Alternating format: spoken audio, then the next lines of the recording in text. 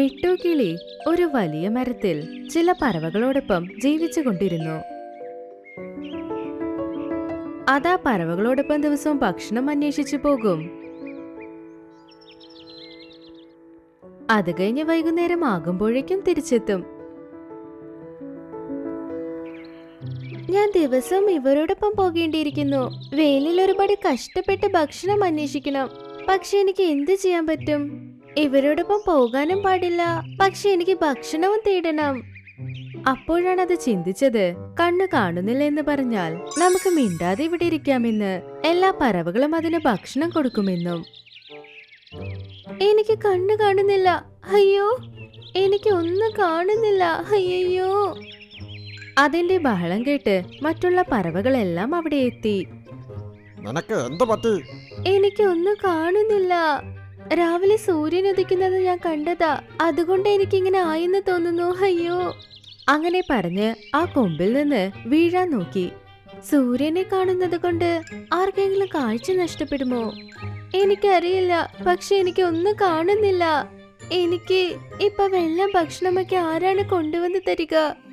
അതിങ്ങനെ കഷ്ടപ്പെടുന്നത് കൊണ്ട് എല്ലാ പറവകൾക്കും ഒരുപാട് വിഷമമായി. ടീനു പറവ പറഞ്ഞു, മിട്ടു, നീ ഒന്നുകൊണ്ട് പേടിക്കണ്ട. നിന്റെ കാഴ്ച ഇപ്പൊ നിനക്ക് തിരിച്ചു കിട്ടുമോ? അതുവരെ ഞങ്ങൾ എല്ലാരും നിനക്ക് ഭക്ഷണവും വെള്ളവും എല്ലാം കൊണ്ടുതരാം. ഇല്ല, എനിക്ക് കഷ്ടപ്പെട്ട് കഴിക്കാനാ ഇഷ്ടം. ഞങ്ങൾക്കറിയാം നിനക്ക് കഷ്ടപ്പെടുന്നത് ഇഷ്ടാണെന്ന്. നിനക്ക് അത്രയ്ക്ക് വിഷമമുണ്ടെങ്കിൽ ഞങ്ങൾ ഭക്ഷണം അന്വേഷിച്ച് വരുന്നവരെ ഞങ്ങളുടെ കൂട്ടിലെ മുട്ടകൾ നോക്കിക്കോ. അപ്പൊ കുറിച്ച് നിന്റെ വിഷമവും മാറും. എന്നാൽ ഇവൾ അന്ധയായില്ലേ, ഇനി എങ്ങനെ കൂട് സംരക്ഷിക്കാൻ കഴിയും? ഇവളിവിടെ ഇരിക്കുന്ന കണ്ടേ തീർച്ചയായും പൂച്ച നമ്മുടെ കൂടിനടുത്ത് വരില്ല. എന്തെന്നാൽ ആ പൂച്ചയ്ക്ക് ഇവൾക്ക് കണ്ണു കാണാത്ത കാര്യം അറിയില്ലല്ലോ. ഒരുപക്ഷെ നിങ്ങൾ കൂട്ടിനെ കാവലാക്കുന്നുണ്ടെങ്കിൽ ശരി, ഞാൻ നോക്കിക്കോളാം. ഇതെല്ലാം പൂച്ച ആരും അറിയാതെ കേട്ടുകൊണ്ടിരുന്നു. എല്ലാ പറവകളും മിട്ടുവിനെ മരത്തിലാക്കിയിട്ട് പോയി.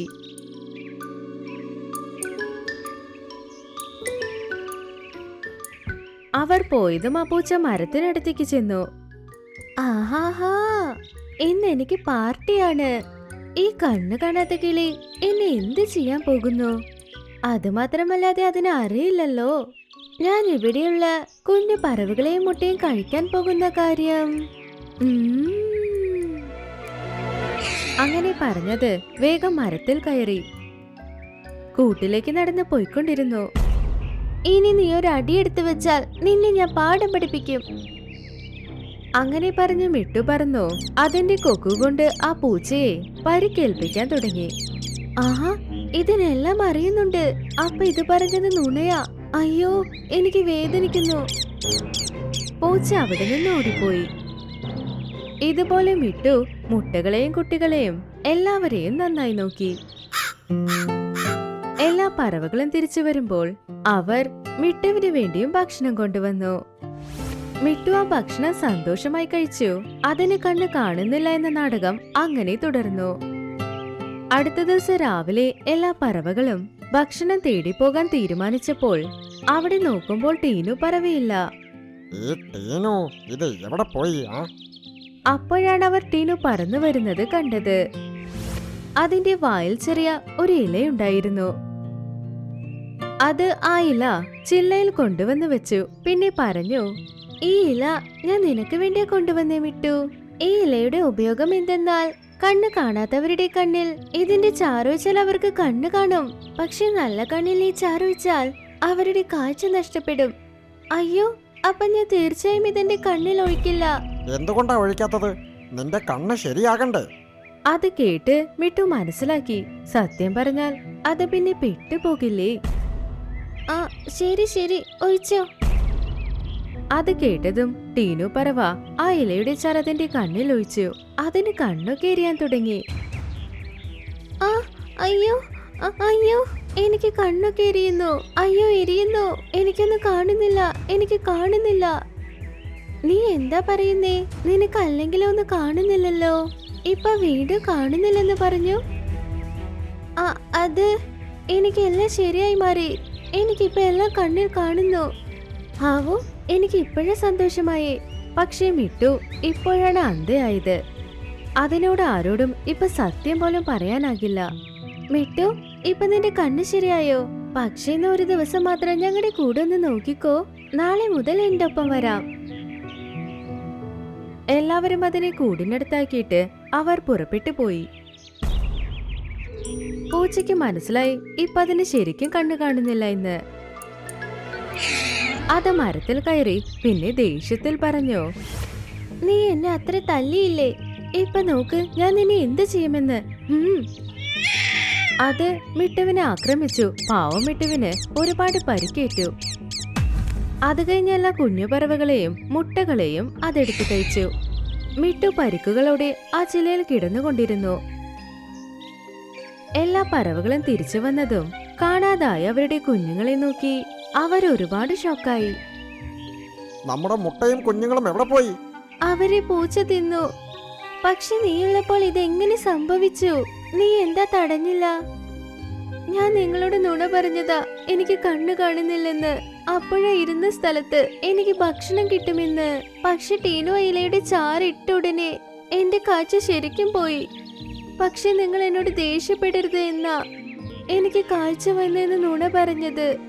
ശരിക്കും ഇപ്പൊ എനിക്ക് കണ്ണ് കാണുന്നില്ല.